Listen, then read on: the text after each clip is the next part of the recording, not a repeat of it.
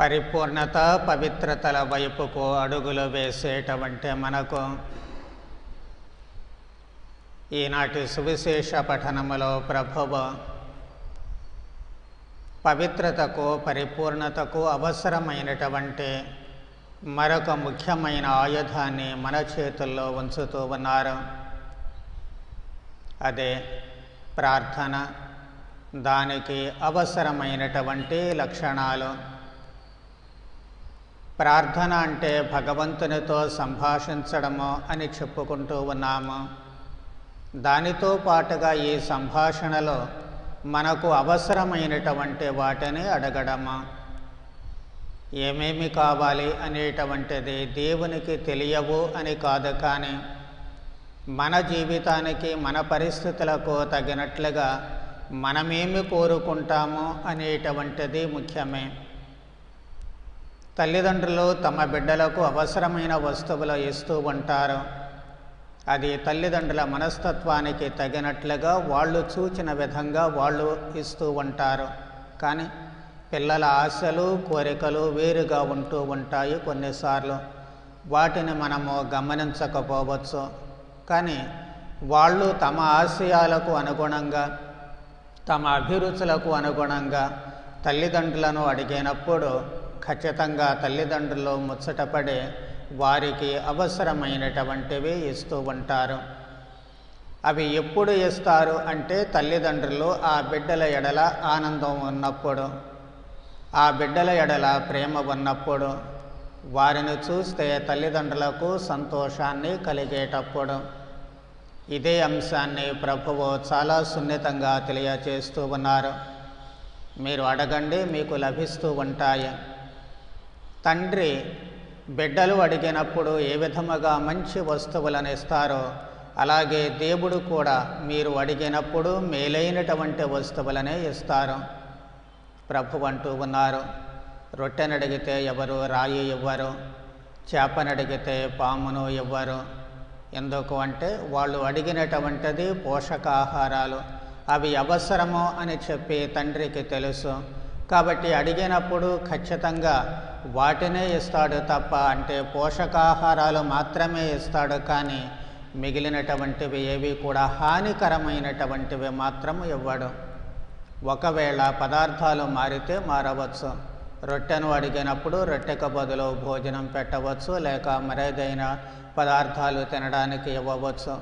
పదార్థము అవసరాన్ని బట్టి మారుతుందేమో, కానీ ఆ ఇచ్చేటువంటి పదార్థాలు కేవలము పోషకాహారాలు మాత్రమే. అంటే ఆ బిడ్డ అడిగినటువంటి ఉద్దేశ్యము నెరవేర్చేటువంటివి మాత్రమే ఇస్తూ ఉంటాడు. హాని కలిగించేటువంటివి ఎప్పుడూ కూడా ఇవ్వడు. మరి మీ పరలోక తండ్రి అడిగినటువంటి వారికి ఇంకెంత మేలు వస్తువులను ఇస్తారో ఊహించండి అని ప్రభు అంటున్నారు. మనము అడిగినప్పుడు ప్రార్థనలో చిన్నప్ప గారు ఇంకో మాట కూడా అంటూ ఉన్నారు, మీకేం కావాలో మీకు తెలియదు, కాబట్టి మీరు అడిగినటువంటి ప్రతిసారి పొందలేకపోతూ ఉన్నారు. ఇది మాత్రము వాస్తవము. మనకు ఏమి అవసరము అనేటువంటిది చాలాసార్లు తెలియదు. మనకు ఏది అవసరమని ఆ క్షణానికి అనిపిస్తే దానికోసం అడుగుతూ ఉంటాము, కానీ అవి మనకు మేలుకరమైనటువంటివా కాదా అనేటువంటిది చాలాసార్లు తెలియదు. కొన్నిసార్లు జబ్బు చేసినప్పుడు అడుగుతాము, లేక కష్టాల్లో ఉన్నప్పుడు అడుగుతూ ఉంటాము. మరి వెంటనే వాటిని నెరవేర్చనప్పుడు నిరాశ నిస్పృహలకు కూడా గురి అవుతూ ఉంటాము. కానీ ఒక విషయాన్ని మాత్రం మనం జ్ఞాపకం ఉంచుకోవాలి. అది ఏమిటి అంటే మనకు ఎప్పుడు ఏది అవసరమో దాన్ని దేవుడు అనుగ్రహిస్తూ ఉంటారు. అడిగిన వెంటనే జబ్బు నయం కాలేదు అంటే దాని ద్వారా ఏదో ఒక మంచి చేయడానికి దేవుడు ప్రణాళిక వేసుకుని ఉంటారు. అడిగిన వెంటనే కష్టాల్లో నుంచి మనం బయటపడలేదు అంటే దాని ద్వారా ఏదో ఒక పాఠాన్ని దేవుడు మనకు నేర్పుతూ ఉంటారు. ఈ దిశగా మనం ఆలోచించినప్పుడే అన్నిటినీ అధిగమించడానికి అవకాశము కలుగుతూ ఉంటుంది. ఇలా ఆలోచించేటువంటి మనస్తత్వము మనకు రావాలి అంటే ప్రభువు ఇక్కడ ఓ చిన్న మెలిక పెడుతూ ఉన్నారు.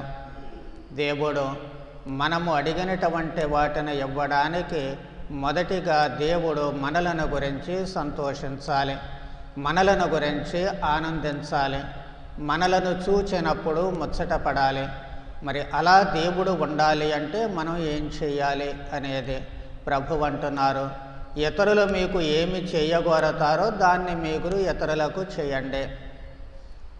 మనం ఎప్పుడైనా పొరపాటు చేస్తామో ఏమనుకుంటాము, ఈ ఒక్కసారికి నన్ను క్షమిస్తే చాలు అని చెప్పి అనుకుంటాము.